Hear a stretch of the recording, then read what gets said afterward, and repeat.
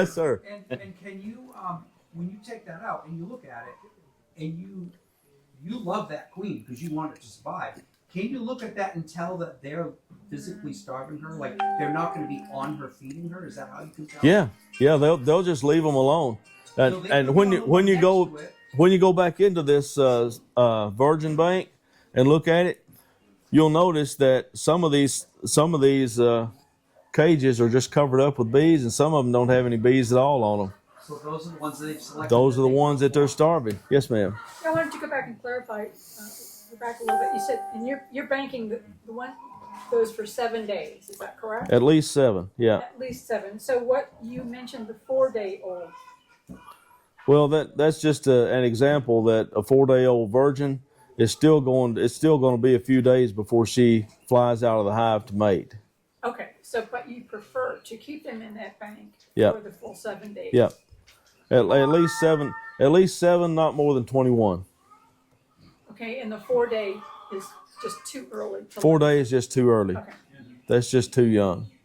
How long can you hold them?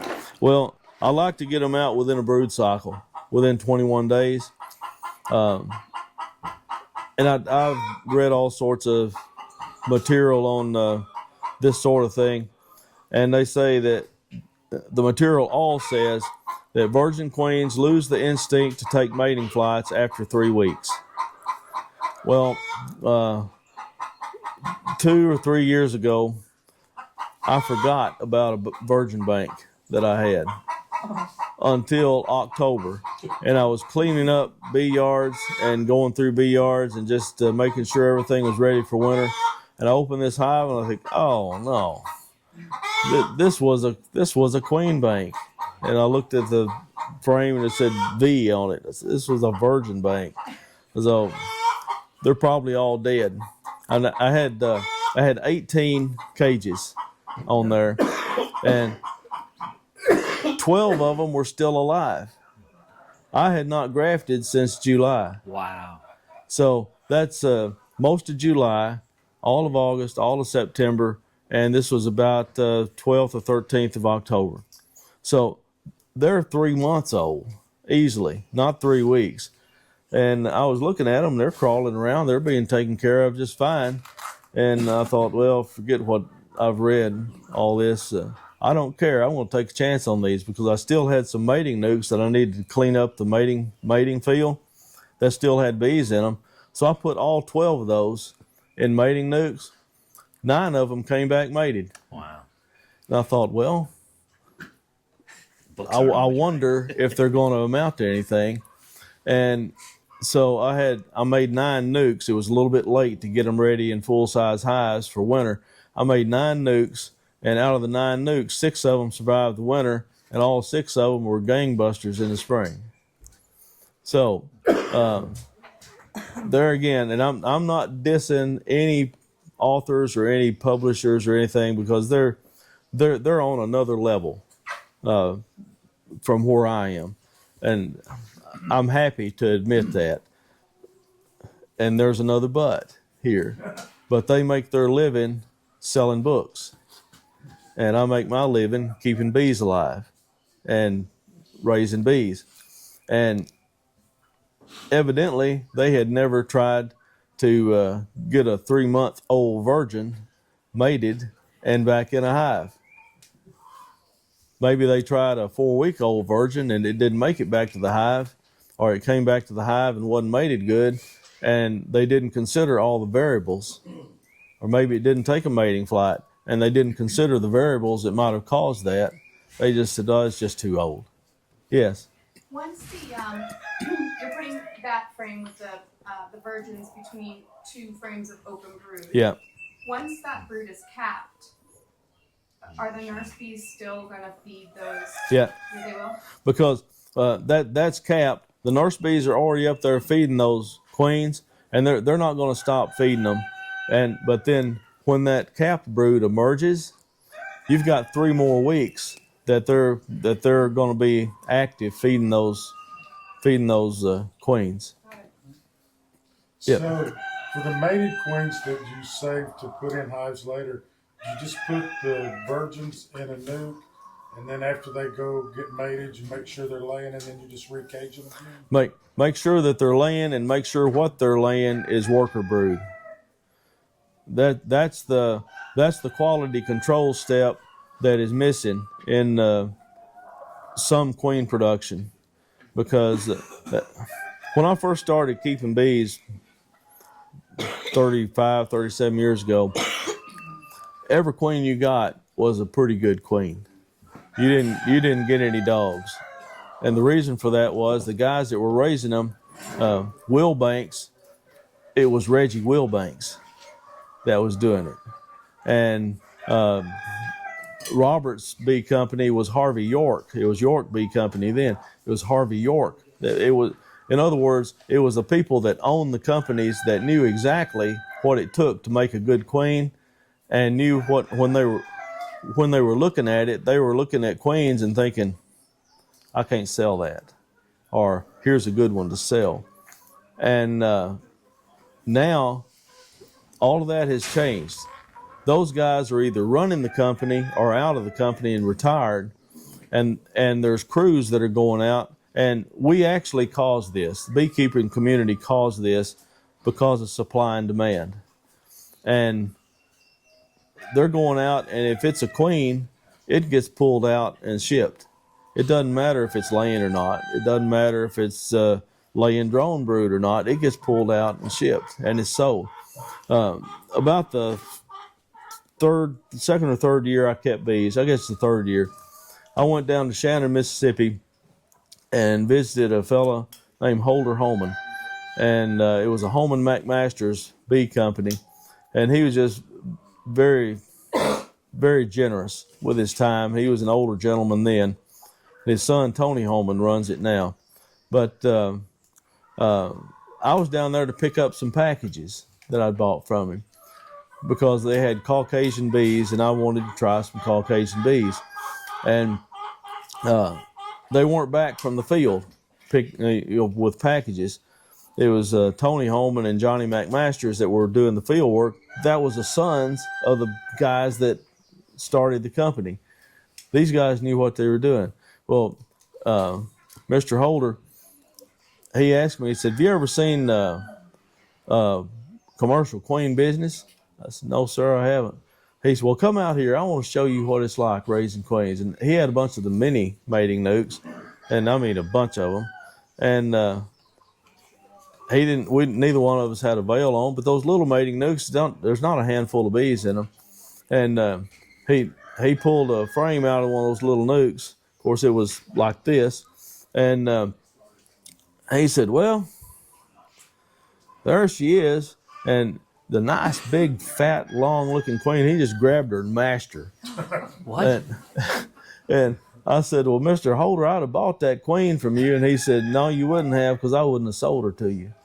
And I said, well, what's the matter with her? She looked better than most of the queens I see. And he showed me the frame, and he said, look in here and look at these eggs. And he said, in these little mating nukes, I look for a spot the size of a quarter. And if that quarter is not completely filled with eggs, if there's one missing cell in there, she's not leaving here except as a corpse. And that was the level of quality control. That's harsh. Yeah, I was thinking, well, you'd kill me right off the bat. Say about 90% of my queens are dead by you.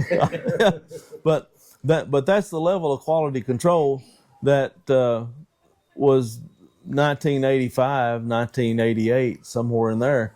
That's the level of quality control queen companies had. But they didn't have the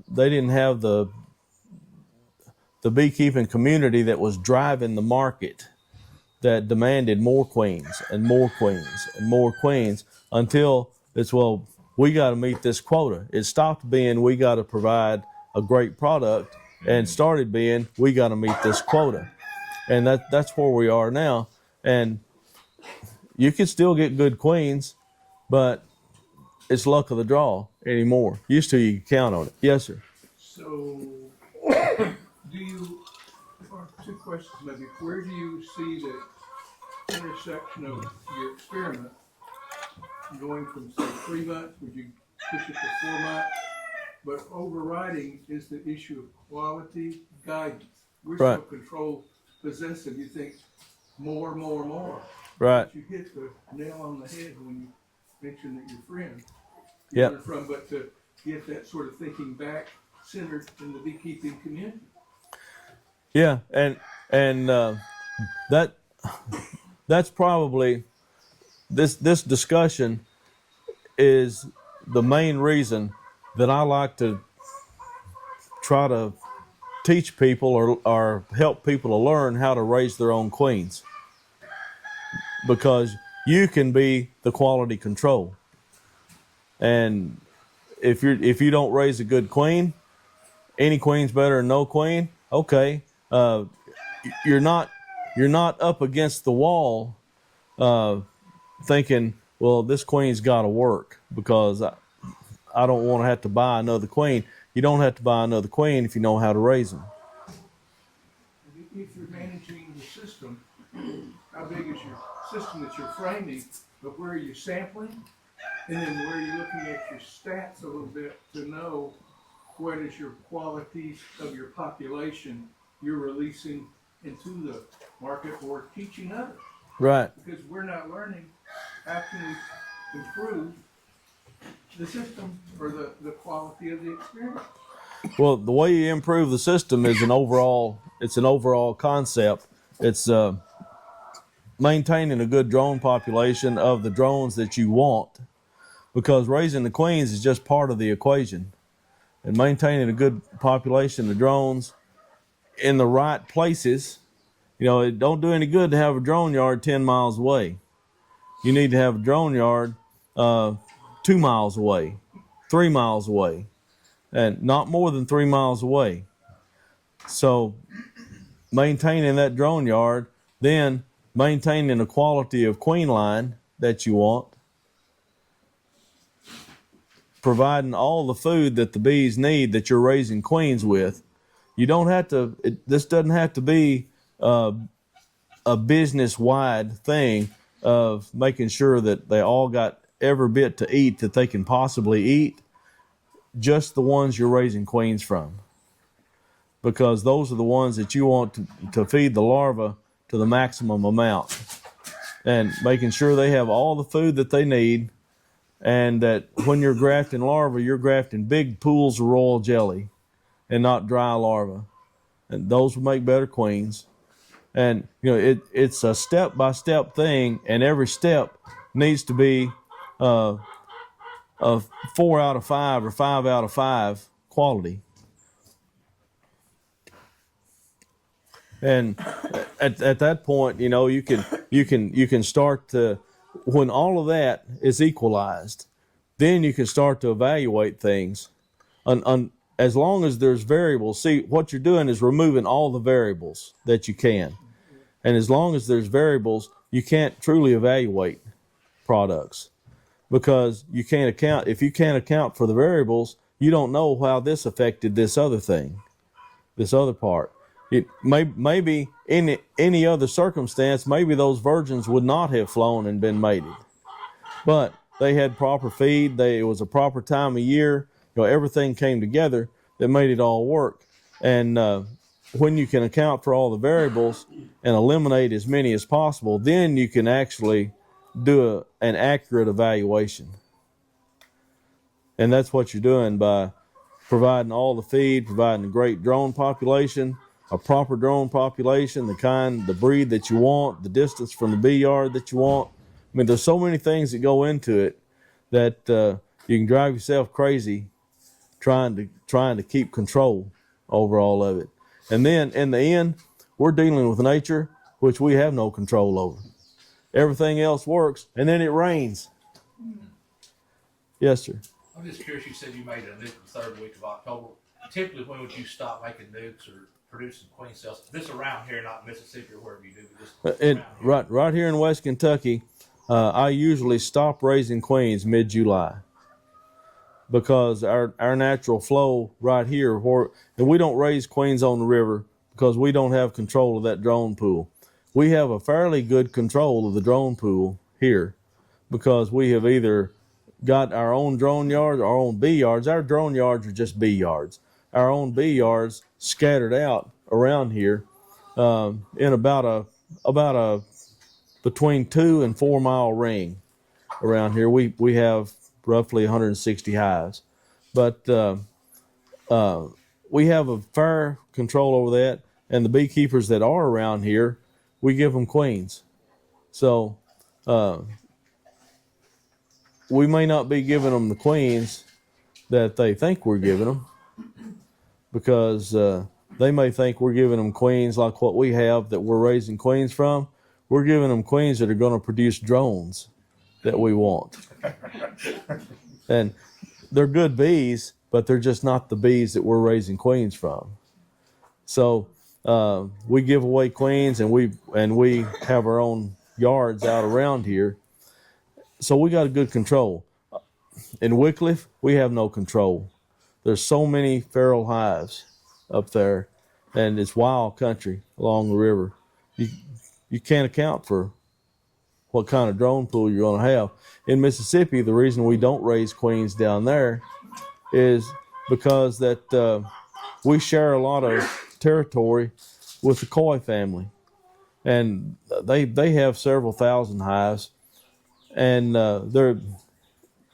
they are absolutely great people. They're fine, as fine of a beekeeping family as you're going to find, and know more about it in a minute than I know all day. So they're Russian breeders. Yep. That's what they raise, and we joke about that once in a while, that we sullied up their drone pool when we moved some of these mongrels down there. But they don't raise queens around where our bees are either. They raise them around Wiggins, which is 25 miles north of us. But they have Russian bee yards around where our bee yards are, and we just don't raise queens down there because they would be hybridized with Russians, and eventually, it's not that they would be mean or anything like that, but eventually that genetic is going to seep into our bees where that they don't stimulate as easy, or that we can't feed them and make them expand the brood nest as easily. So, and that's the whole reason that we don't raise queens in Mississippi. We would have way more drones down there than we would have here early in the year, but they're not necessarily the drones we would want to mate queens with. Yeah. What's more important, the quality of the queen or the quality of the drone? Queen by just a little bit. The queens control more of the hygienic behavior and prolific brood production than they do any other aspect of it. Drones control more of the color and the temperament. So if I was choosing, I'd rather have a hygienic, prolific queen as to have one that was a bright yellow color. And I'd rather them not try to kill me every time I get out of the truck. But if that's all I can get, I'd rather have live, healthy bees that were mean as to have really nice bees that were toes up half the time. Is there any special way you're setting up the drone yards? No, not for me. We just and if you want to make some drone comb, just take some standard comb and take your hive tool and just mess up the cells a little bit of worker comb, and the bees will rebuild that in drone sized cells. You can take a cap and scratcher and just drag it across it, not tear it all to pieces, but just drag it across it and kind of mar those worker cells, and they'll make drone comb out of it. The best place to do that is in the corners, because that's where they're going to want to raise drone comb anyway. And that's all we do. We'll put about we have 80 hives that way, 60 hives this way, 20 hives that way, and 24 hives that way. And that's all we do with, You're scratching the comb. yeah, How many frames on a 10 frame would you do that to? just the brood comb is all. Comb that's already got brood on it because the queen's already laying there, and you're not forcing her to go somewhere that she wouldn't be going naturally. And if you got a one of those green drone frames, it's not going to do any good to put it out against the wall or 2 frames in. It needs to be right there, like number 4 or number 6 in the brood nest before they're going to do anything with it. But that's all we do for drone production. You run the green frames? We don't use any of those. We just use natural comb and scratch the corners of it where they rebuild it in drone cells. That's all we do. Hey, Kent, Yeah. you believe that the characteristic or the trait to be able to respond to stimulation trumps any advantage that a Russian or Carniolan line of bees would bring that an Italian does not have? For us, it does, Okay, why? because we need bees when we need bees. You know, it don't do me any good at all to have bees that are built up to be monster-sized hives in June. That does me no good. Because the flow is already tapering off. Yeah, and now it would be okay if we're going to the river because the flow there don't start until July. Okay. July, August, September. But if they don't build up until June here, you've already missed 3 months of flow. Yeah. And the only legitimate flow that we have here, you've missed it. And going to California, we have to have bees that are brooded up. We have to have 8 to 10 frames of bees in a single the last week of January, which means that we've got to have them on the Gulf Coast where that they will build, and we got to feed them, and they've got to respond to that. And if you don't do that, you can send them to almonds if you want to, but you're going to be paying money. You're going to be paying $50 a hive to get them out there and back, and you're not going to get anything for it because they're not going to go into pollination. So you start feeding in January for the ones that are destined for California? We start feeding in December. December? Yeah. Here? No, Okay. Mississippi. Mississippi, okay. Here So we none of your colonies here are for the almond pollination. The Mississippi hives are. now some colonies from here, we keep about 220 to 240 colonies here year round that don't leave here. The rest of them, we'll have another 200 or so colonies here, and those will go to Mississippi in December. And then they'll go from Mississippi, they'll build and go from Mississippi to California. And then when they're done in California, do you break them down into nukes, or what do you do? They come back to Mississippi and then come back here, and we put them directly into canola and put supers on them. And after canola is when we break them down, because we want big hives going into canola, and after canola is when we break them down, and that will be next week. We'll start bringing hives back here from canola next week, and we'll start breaking them down, and we'll have the field out here full of nuke boxes next week. If you want to come back. You sell those nukes then? No, those nukes are for raising queens. Raising queens. Yeah. So you'll requeen every one of those colonies? Just the ones that need it. Okay. And in the process of breaking everything down, you can tell what's going on in there. Yeah. And if you have a queen that's beginning to slow down or beginning to fail, replace her. You want really vigorous queens coming into next spring, right? I want vigorous queens going into every heavy honey flow. Yeah. And we have a heavy honey flow in canola. So the bees that came back from almonds, it's the big hives that go into canola because they're obviously booming. And after canola, we break everything down, and the next move is going to be to the river, and we want vigorous queens going into that honey flow. Okay. And the next time after that, they will be broke down after they come off the river in October. We'll break them all down again, and those are the ones that we start feeding and getting ready to go to almonds or the hives here, they don't ever go to the river. They all stay here and are queen producers. So these hives, you're not chasing the geographic flow with these hives. These hives here are not. But no. Mississippi hives, you are. Mississippi is, and there's about 200, 240 hives that are Kentucky hives that they do chase the flow. Okay. Yeah. Yeah. I'm going to bring us back to making queens. All right. What is your step?